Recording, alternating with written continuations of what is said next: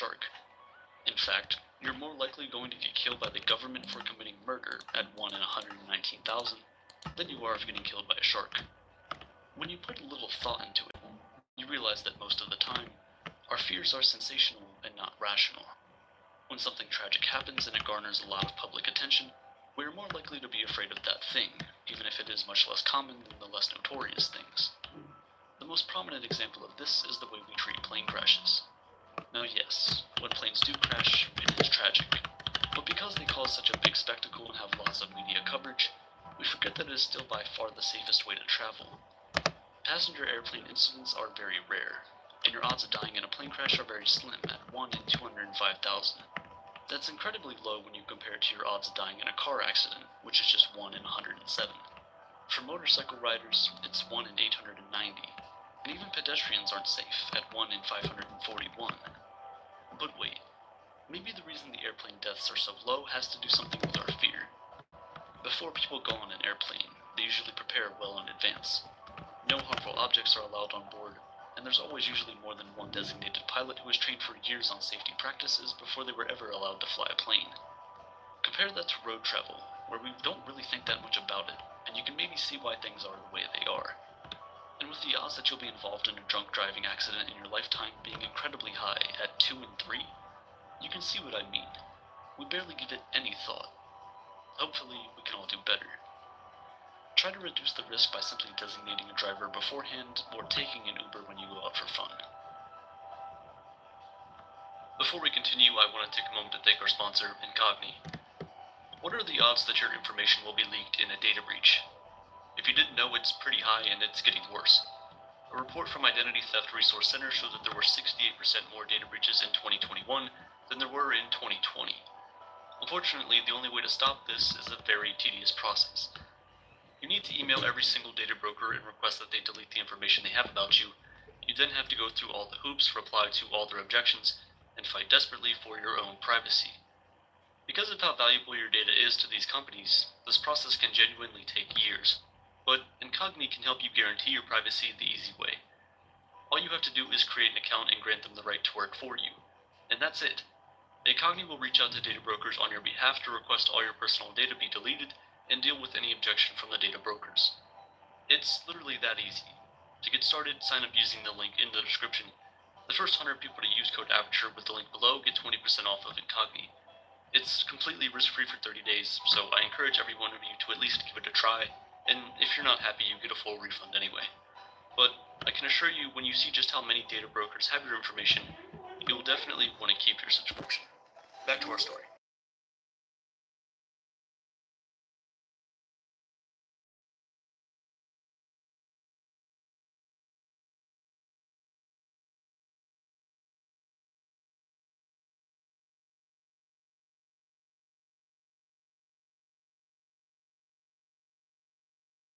In 7 million. And while the chances look ridiculously slim, it has to happen to somebody. If you don't die, hey, you'll get a lot of free money from that lawsuit. The ambidextrous people among us can help us decide what appliances are better suited for what dominant hand. And we have a surprising amount of them, 1 in 100 to be exact. Now this does not include people who have had to learn how to use their non-dominant hand because of injury or out of curiosity. It's just people who are born with an amazing control of both of their hands. Art is very subjective. What some people might find beautiful, others will find ugly. What one might consider great acting, others might see it as over the top and annoying. You see, much unlike science, art doesn't have a definitive set of rules, and so they don't have a strict guideline for judgment either. And while this allows for creativity, it also makes it very difficult to find success in the world of the arts. If you want to be a surgeon, for instance, you know that if you pass the med school exams, intern, go through residency, and so forth, you'll make it. You have a set path to follow. But if you want to be a supermodel, or a rock star, or a YouTuber, it's not that straightforward. You have to work hard at it, every single day. And even then, your odds are very slim. You can be a theater kid all your life, go to film school, practice as much as possible. But in the end, the odds that you'll become a movie star aren't very encouraging, at just 1 in 1.1 million. It's amazing so that even with the odds as slim as this, every year, Thousands of people will travel from all parts of the world to LA, trying to fulfill their dreams of being on the big screen. When interestingly, you have a much better chance of winning an Oscar at just 1 in 11,500 than becoming a movie star. But of course, this Oscar includes all the technical awards that are given when everyone is taking a bathroom break. And most people would much rather take a 1 in 1.1 million chance than to receive an award when no one's watching. If you're a writer, however, the odds are slightly in your favor. There's a 1 in 220 chance that you'll write a New York Times bestseller. If you put in the time and the effort necessary, these odds are definitely going to go up, bringing you that inch closer to making your dream a reality. Sports are closer related to science than arts, because most of the time, if you work at it hard enough, you'll achieve some kind of success. But how hard can you work when there's only so many medals to go around? Millions of people around the world dedicate their entire lives to competing in the Olympics, yet only 1 in 662,000 will ever win a medal. Come to AliExpress. There's an amazing surprise offer right now. Just buy one item and get 2 additional ones for free, with free shipping. Don't just think about it, act now. Don't hesitate. Click the link below to download the app and experience this surprise for yourself.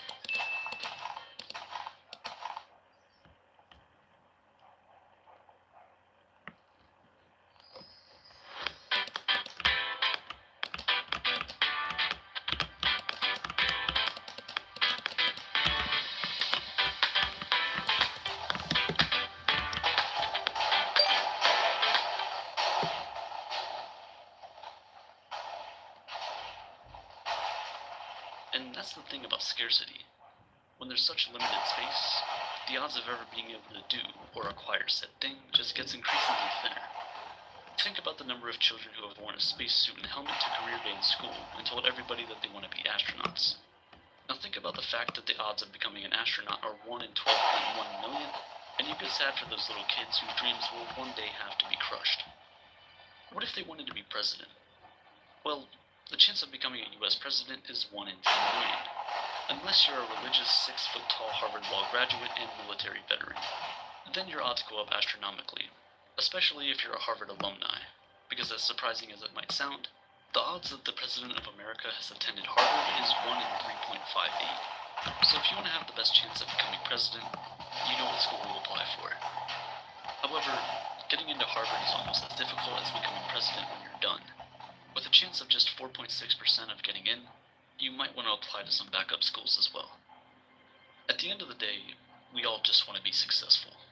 Whether it's through the arts, or going through the so-called traditional route of finishing college and getting a good job. We all just want to have enough money to live comfortably while we're still young.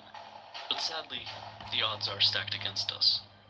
There's a slim chance of just between 6.4% and 22.3% that you'll become a millionaire, with different factors like race, education, wealth status, and age helping to place you somewhere in that range. While the chance of becoming a billionaire? Well, there's 8 billion humans in the world, and only around 2,000 billionaires, so basically, non-existent. Getting old has a bittersweet taste to it.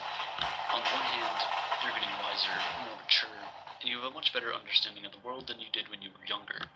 But on the other hand, you're also getting weaker. You're forgetting things more. And sadly, your body just keeps breaking down, one after the other, and the stats don't really help at all. If you're under 20 right now, there's a 1 in 4 chance that you'll be disabled before you retire. And it gets worse. There's a 1 in 2 chance that at the age of 75, you'll have disabling hearing aids.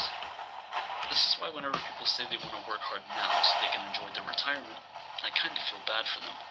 Because most times, at that age, you don't really get to enjoy anything. All you can really do is sit around and reminisce on a life that once was, and when the Grim Reaper comes, you say goodbye to your loved ones and move on. And that's why you should do everything you want to do right now. For some reason, there's a 7% higher chance that you'll die on your birthday than on any other day, going out together with the candles. But for a few of us, living to 100 is possible, with the odds of that happening being approximately 1 in 5,780, with those odds increasing significantly if you're biologically a woman. On the other hand of the spectrum, one of the most incredible human achievements is being born. If you're here watching this video right now, you deserve a round of applause.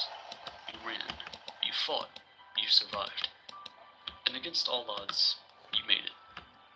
The odds of you existing were 1 in 5.5 trillion. But here you are. You might have been the 1 in 20 chance of being born on your mom's exact due date, or you're like most of us who are born around 2 weeks before or after. You might be the 1 in 250 who are geniuses, burdened with the weight of advancing our civilization, or like the rest of us who are cheering them on. Whoever you are, whatever it took you to get here, that was an incredible feat, one that is unrepeatable. Not in this lifetime, at least. As light travels through space, it behaves like a wave, but light is also made of tiny particles called photons. This is the paradox of wave particles, and it has completely revolutionized modern physics. The universe is filled with intriguing paradoxes like this, statements that challenge our understanding of reality and force us to question our deepest assumptions.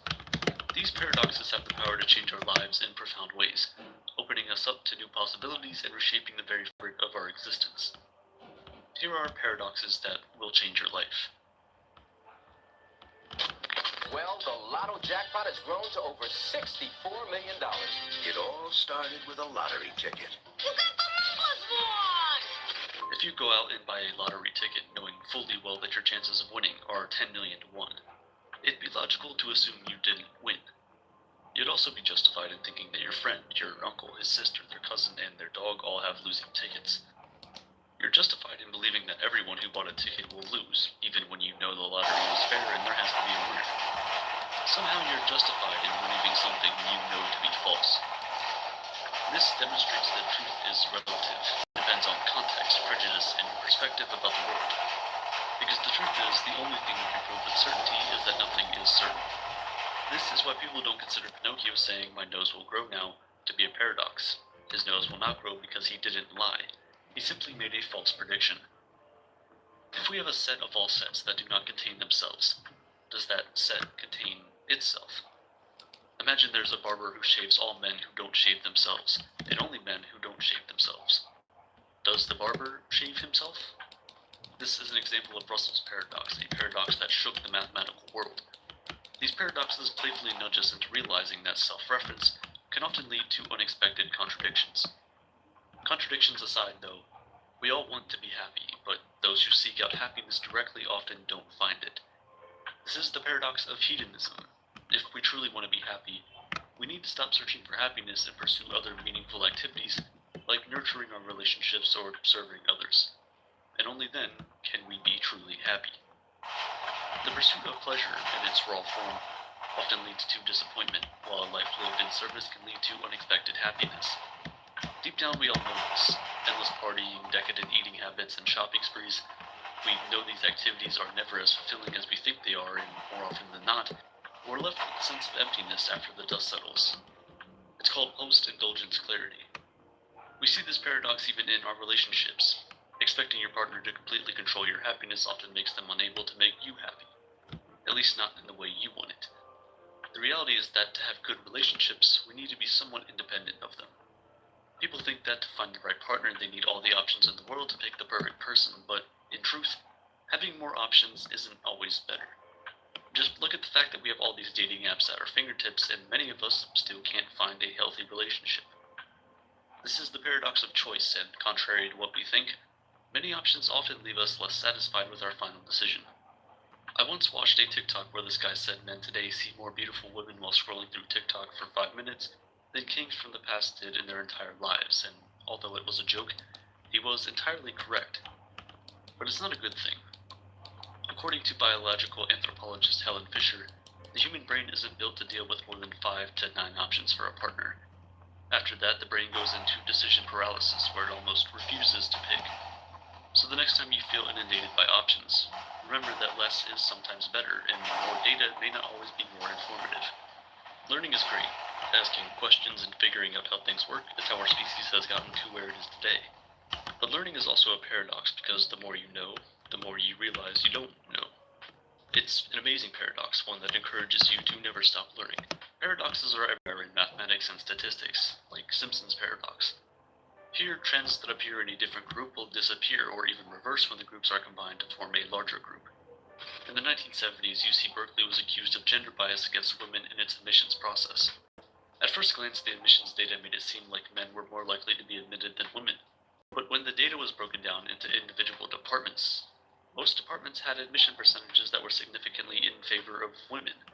The problem was that a higher proportion of women were applying to more competitive departments with lower admission rates, so when compared to all the men in the school, it seemed like women had lower rates of admission, but when compared to the men in each department, it was clear that the women actually had a higher rate. This is, unfortunately, how misinformation spreads. It's usually not with wrong data, but with the correct data expressed without proper context. Because the reality is that often, as paradoxical as it may seem, the whole is different from the sum of its parts. Change is ever present in our lives. The human body replaces billions of cells daily, and every 7 years or so, you are an entirely different cellular collection. So if we're constantly changing, how do we know the person we are today is the same person we were 7 years ago? One might say the essence of who we are remains, but that essence is really just the result of our thoughts, beliefs, and experiences, which are also changing. So who really are you? Maybe you like defining yourself based on your struggles, how hard you pursue something you want to achieve. But have you ever thought that sometimes trying too hard to get something almost makes it impossible to get? It's the backwards law, and it's an interesting concept with lots of layers to uncover. If you're interested in a dedicated video about the subject, just let me know in the comments below. In 2016, after his infamous penalty miss against Chile, Lionel Messi hung up his boots with his beloved Argentina. In what seemed like the last nail in the coffin, Messi simply had enough. On the club stage, success seemed to come to him so easily, but where he really wanted it, where he desperately tried to do it all by himself, victory seemed elusive. Consider the paradox of Achilles and the tortoise coined by Zeno, the father of Stoicism. In this paradox, Achilles gave a tortoise a head start and races it to infinity. Zeno argued that Achilles will never truly overtake the tortoise because when he reaches where the tortoise started, the tortoise will have moved a little further, and this pattern will continue till infinity. The paradox is silly, but it challenges our perception of movement, space, and infinity. And the realization it leaves with us, especially with Messi's story, is that sometimes no matter how much you try, some things seem just that little bit out of reach. Messi had to accept that part of his legacy was beyond his control. The Argentine Football Federation was underfinanced and poorly managed, and there was no one around him when he needed support. With criticism pouring down from all sides and embarrassing defeats one after another, the dream would remain just that, a dream. Yet, as soon as he let go, the tide began turning. Messi took almost a metaphorical backseat, dropping deeper than his traditional role, playing farther from the goal than he had ever played. His job now wasn't to shine himself, but cast lights on the others, many of whom were young kids who were fans of him when he hung up his boots in 2016. But there he was on December 18th, 2022, nearly 6 years after that missed penalty, lifting the World Cup. Very few stories are as remarkable as Messi's. Most of us live and die without doing or being anything special. Or is that so? If there's nothing oddly special about us, the Earth, and the life it holds, then the universe should be teeming with life, and yet it isn't. You might say maybe that it is, and we just aren't advanced enough to search the galaxy to find it, and you'll be right. But considering how young our galaxy is compared to others out there, and that, if given enough time, any advanced species should be able to figure out interstellar travel, if there are any aliens, we should have seen them by now. This is Fermi's paradox, and put simply by a New York Times article, it exclaims, "If life is so easy, someone from somewhere must have come calling by now." Maybe equally paradoxical is the insignificance of the question, are we special, when you boil it down to the individual. There's around 20 quintillion animals on Earth, that's 20 billion billion, yet the value of a single life isn't questioned. So why do we think that the universe teeming with life will make us any less unique?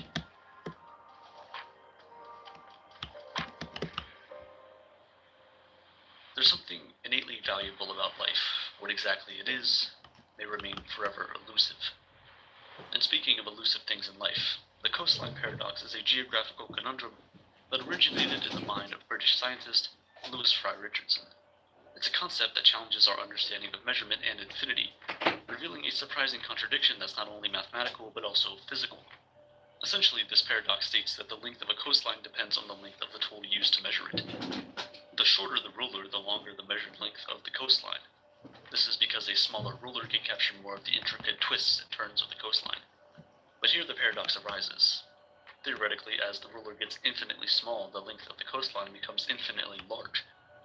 Consider the coastline of Britain as an example. If we were to measure it with a 100-kilometer ruler, we would get a significantly shorter length than with a 1-kilometer ruler, which would capture more details of the coastline. And if we used a 1-centimeter ruler, the coastline would appear even longer. Following this logic to its extreme, the coastline seems to stretch to infinity as the ruler shrinks to zero. But how can this be? After all, Britain is an island of finite size. The paradox stems from the fractal nature of coastlines. They have a high degree of complexity and self-similarity at all scales. This is a real-world example of a mathematical concept known as fractal geometry. The coastline paradox is not only mind-bending, but it also has practical implications for cartography, geology, and various other disciplines.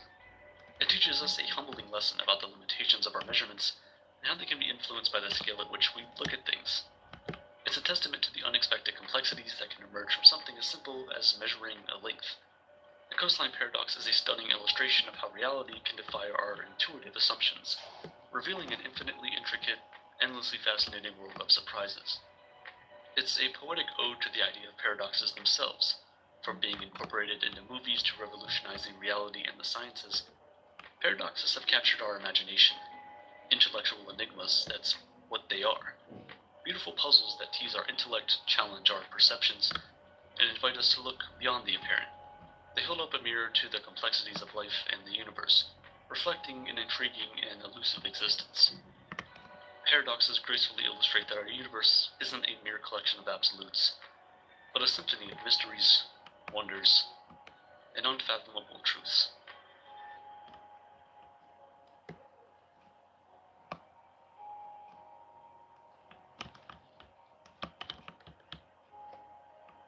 For the past month or so, I've been thinking a lot about life, and when people say that, they usually mean what they want to do in life, whether that be their career, or relationships, or entertainment, or leisure. But I've been thinking differently. Of course, I've been thinking about those things, but I've also been thinking about how much of your life is really yours. How much of your life is really being lived to its full potential. Are you living, or are you just existing? On average, you're gonna get about 79 years on this big rock called Earth. If you live in Monaco, it's closer to 90. If you live in Chad, you'll be lucky to get 50. Regardless, we don't get 79 years of freedom. We have responsibilities and things that we can't ignore. Most importantly, our bodies. Assuming you sleep 8 hours a night on average, about a third of your life, or 26 years, is going to be spent sleeping. So right away, we're down from 79 to 53. But it doesn't stop there. Chances are, if you're watching this video, you're going to or have gone to school. In the United States, you'll go for at least 12 years. 8 hours a day, 5 days a week, for 36 weeks a year. This amounts to 17,280 hours spent just inside the school building. But wait, we also have to factor in homework and out-of-school activities, among other things. So, this is more like 22,000 to 25,000 hours, or about 3 years of your life. If you go to college or university afterwards, make it 5 years instead. We're down to 48 years. Well, all this schooling and money you spent getting a degree has to be put to some use, right? Chances are you'll try and get a job in the field of whatever it is your degree is in. It'll probably be a full-time job, so you'll be working 40-hour weeks pretty regularly, if not more than that. Let's say you get 2 weeks of vacation per year. The average person works for about 40 to 50 years of their life, so we'll just go with the average and say 45. Over your entire life, you'll work on average about 90,000 hours, or about 10 years of your life. We have 38 years left. Wait, depending on where you live, your commute to work will vary. You might drive yourself, you might walk, you might use an Uber or a taxi. Regardless, your commute to and from work, on average, takes about 1.5 hours a day. Adding this up over your entire working career, it amounts to 17,520 hours, or about 2 years of your life. 36 years left. All of this work and studying really builds up an appetite, so you should probably spend some time eating.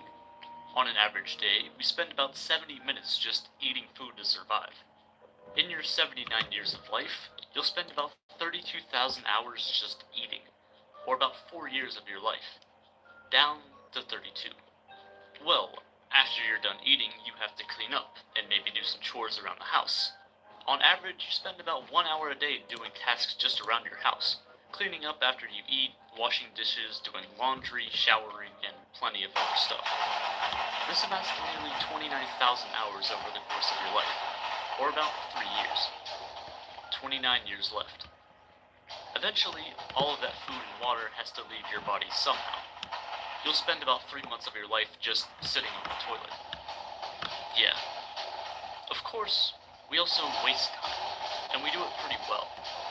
Over the course of our lifetimes, we'll spend about 115,000 hours on our phones, or about 13 years. This, of course, is just your phone. This doesn't include you watching TV, you playing games, among other things. 16 years left.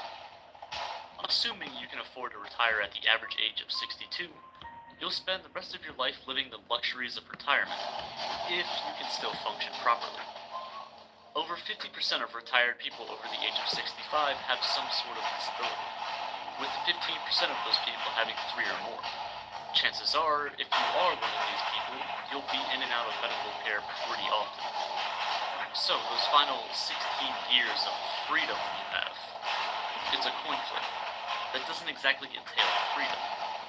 So overall, you have 1 year in your 79-year life to really and truly do what you want to do.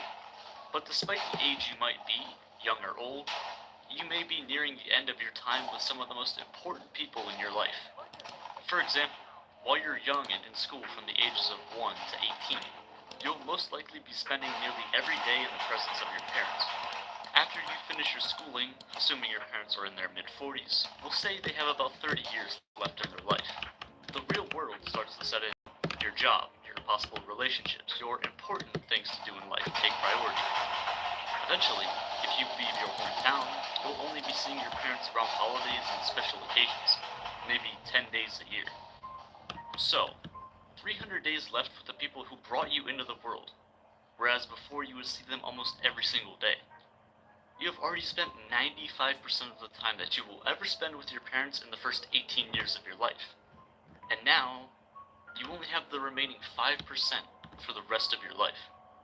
At the end of the day, there's only one thing that matters, and that's your own happiness. What many people don't realize is that they do so many things in life just to try and succeed as opposed to fulfilling a purpose.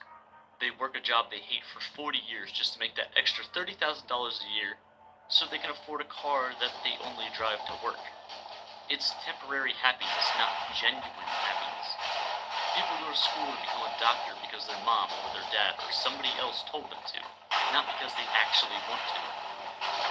I really hope that every single person watching this video gets insanely rich and famous so that they can finally realize that this isn't the point of life.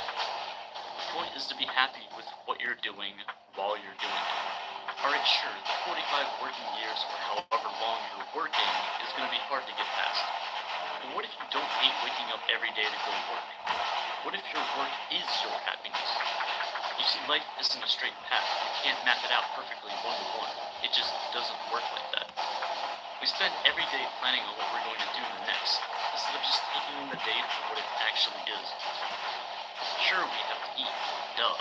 But what if you spend that time eating with friends or family, or just people who make your life better? Your commute to work might be long and tedious sometimes, but what if you spend that time listening to podcasts, or carpooling with coworkers and friends?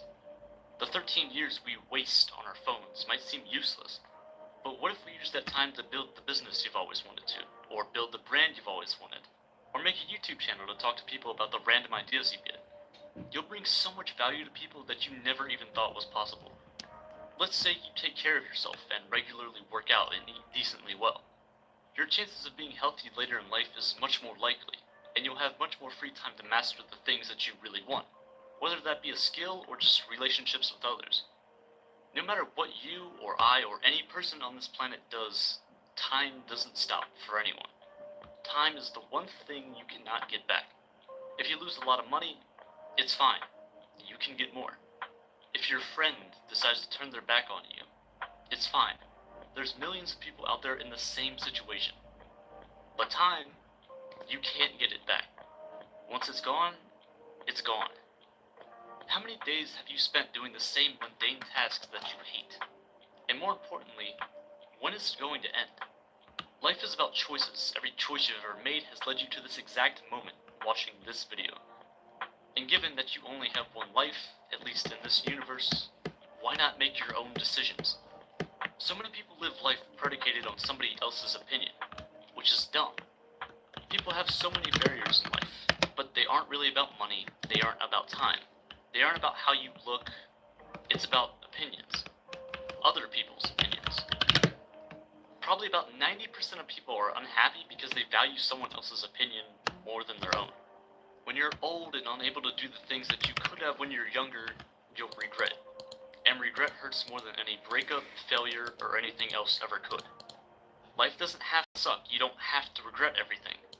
That FOMO, or fear of missing out, is a poison. Instead of living trying to mimic people you see on Instagram or YouTube or social media, just live based on your own terms. Instead of just observing and living passively, really start to think about what you do with your time. Does that mean call your boss and tell him you quit?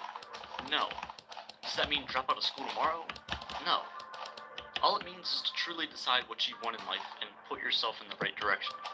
It's not gonna happen overnight, that's not the point. There would be no journey then. As cliche as it sounds, your 79-year journey here is very short. Sure, it's technically the longest thing you'll ever do. But the universe is 13.8 billion years old. If the universe's history was condensed down into 24 hours, the world as we know it, with cars and airplanes and civilization as we know it, would only come into existence in the very last second. Block out any and all negativity in your life. And once you can truly realize that the only opinion that matters is your own, life can get pretty clear. And the noises inside your head get pretty quiet.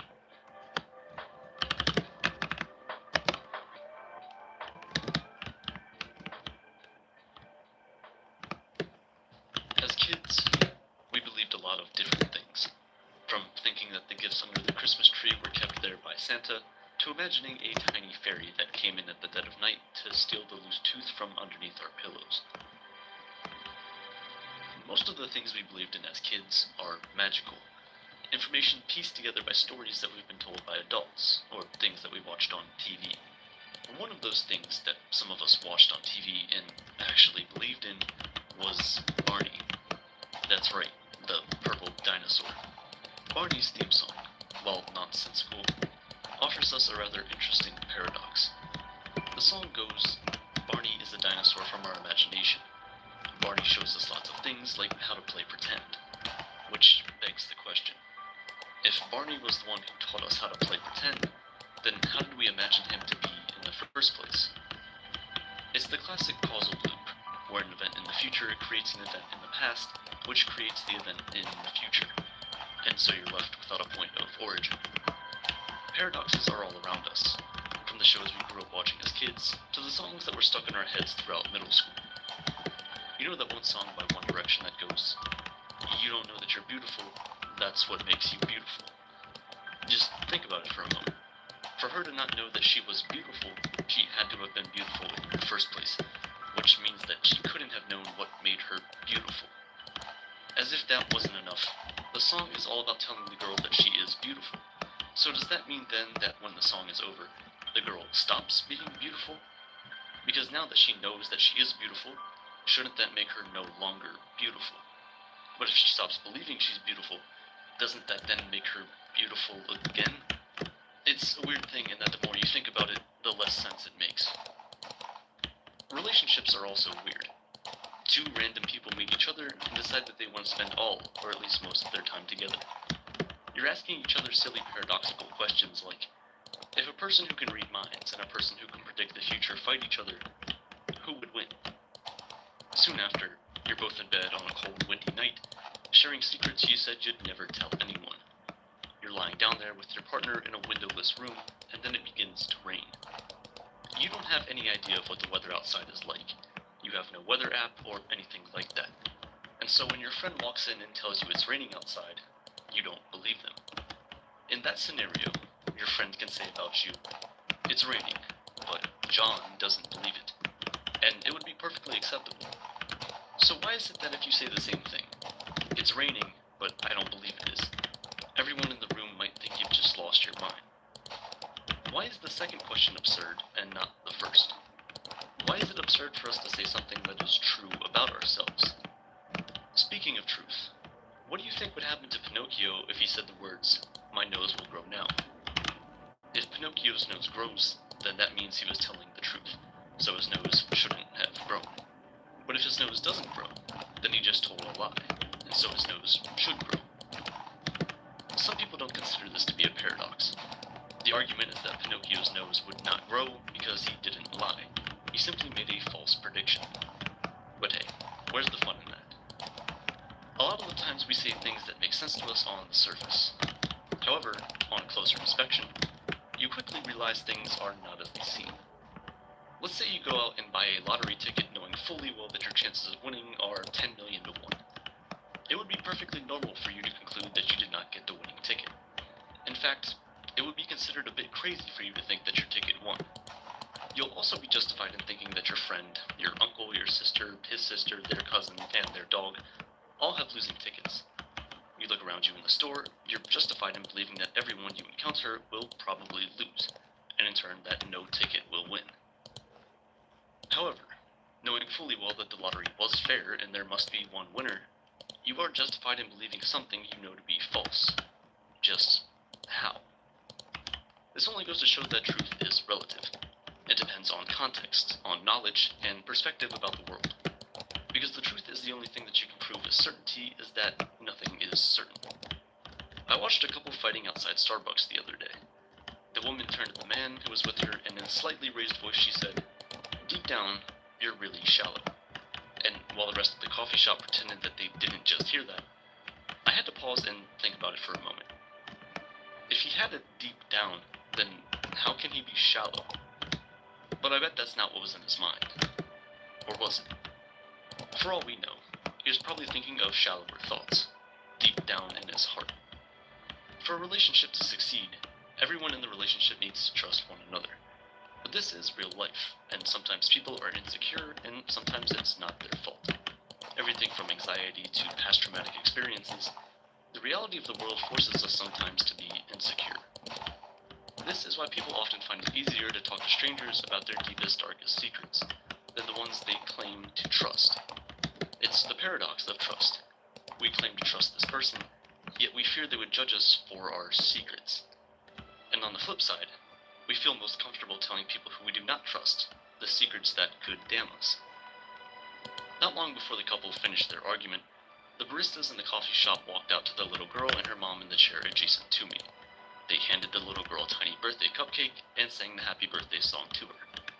As she closed her eyes to make a wish before blowing out the candles, I quickly glanced around the room and I thought to myself, what are the chances that someone else in here right now also has their birthday today? And like most rational people, I concluded that it was far too unlikely. There were less than 30 people in the coffee shop that day, and there are 365 days in a year. So of course the chances that two random people would have the same birthday would be slim, right? Well, most people would say yes. But according to the birthday paradox, most people would be wrong. Because if there are 23 people in a room, there's a 50% chance that two of them share a birthday. Now to fully understand this one, we're going to need some math, so permit me to do a little bit of probability analysis here. Let's start small, with just two people.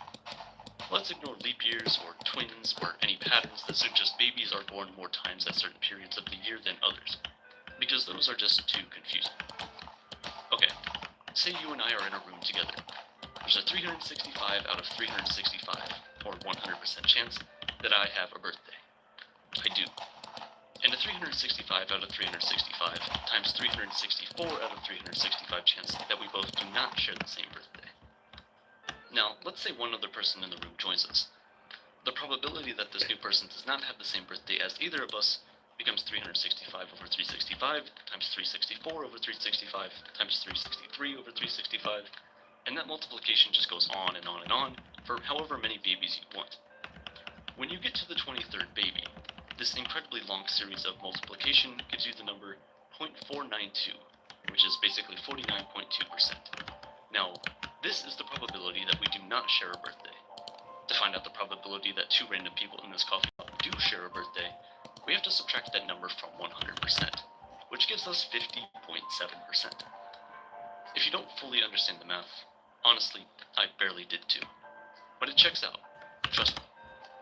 While we're on the subject of math, a teacher once walked into her class on Friday and announced that there would be a surprise test sometime next week. As she left the class, the students began to murmur to each other about when they thought the test would happen. One clever student stood up and told his mates that the test couldn't be given on Friday, because when Thursday comes around and they don't have the test, then they know that the test is on Friday. But it has to be a surprise test, so it can't be Friday. Because they already know it can't be Friday, if it's by the end of Wednesday and it doesn't happen, then they'll know it's Thursday, so it can't be Thursday either. The student continues his analysis for the rest of the week until Monday, and finally, he comes to the conclusion that the test cannot be given at all, since they would know. But the teacher said it would be a surprise. So when the teacher walks in on Wednesday and hands them their test sheets, the students are all surprised. How could this have happened? They all ask themselves, puzzled.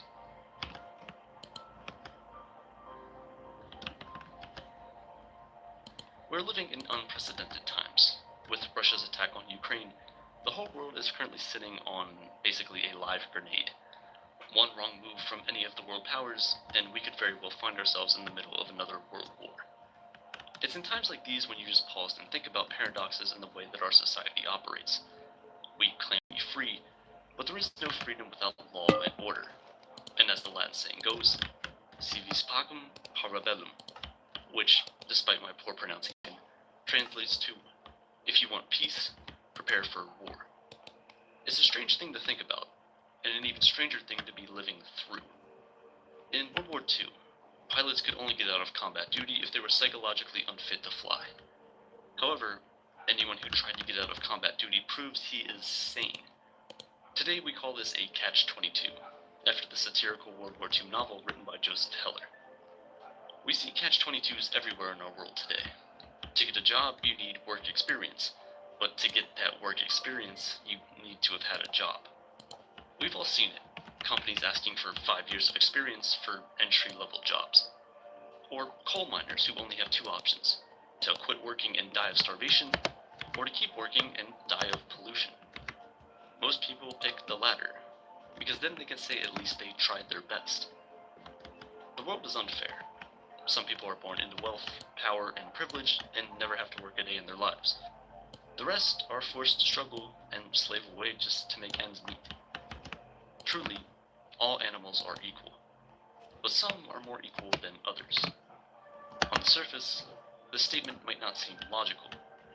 However, on close inspection it may prove to be well-founded, and even true.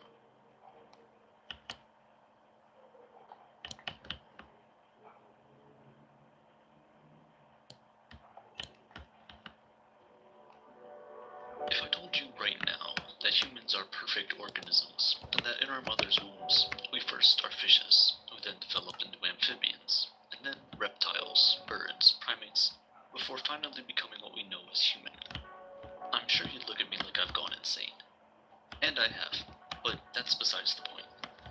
Just as recently as 1811, because of the works of scientist Johann Friedrich Meckel, everybody thought that was true. And this is because science is transient. What we once hold as truth quickly fades away upon closer inspection. And looking back, we can only laugh at ourselves for the scientific facts we once held dear to our hearts. Some other times, these aren't even actual scientific facts. They're just very popular opinions that all of us have collectively agreed to be true, even though they are in fact not. These are all the times we were wrong. Not everything Meckel said was wrong, though. In fact, he was the first scientist to correctly predict that embryos have gills. Well, slits on their neck that closely resemble gills, at least. However, unlike what he suggested, we don't pass through a fish phase in our mother's wombs. These slits are most likely due to the fact that both humans and fish share a common ancestor and some DNA, and not because we're trying to attain some kind of biological perfection. I mean, who are we kidding? We're far from perfect. But for a long time, scientists believed this to be true. Well, until the late 19th century when Charles Darwin's theory of evolution started to gain traction. We realized that a linear series of evolution in our mother's womb was completely illogical. The theory of evolution is one that has been completely riddled with lots of false claims and ideas that are simply not true. In reality, evolution is a very difficult subject to research because of the limited amount of fossil information available. As a result, a lot of times, all we're left with are hypotheses, some of which are brilliant, and others, not so much. For a long time, scientists believed that all of life was aquatic, until one day, many millions of years ago, a brave fish dared to walk on land. Starting with very short periods on dry ground, the fish started spending more and more time on land, and gradually, its gills got replaced with lungs, and it became amphibian. Then the amphibians became reptiles, who became birds, who became mammals. And while the scientists got the process of evolution right, that one brave fish was not the first animal to step on land. The earth was rich with insects, funguses, and was bubbling with life before that fish ever came into the picture. Another hypothesis that we all seem to collectively get wrong is where humans come from. If I asked you right now, you'd most likely tell me that we evolved from chimpanzees, our closest living relatives. But while the second half of that statement is true, the first half is completely false. We didn't evolve from chimpanzees. Yes, we evolved from apes. However, we did not evolve from any apes living today. We, monkeys, chimps, and gorillas, all evolved from a common ancestor, the so-called great apes that lived in Africa around 7 million years ago. It was around that time in the evolution chain that we split. So although chimpanzees are our closest living relatives, we're further apart on the family tree than a lot of us think. Our much closer relative, although now extinct, are the Neanderthals. Modern humans split from Neanderthals just around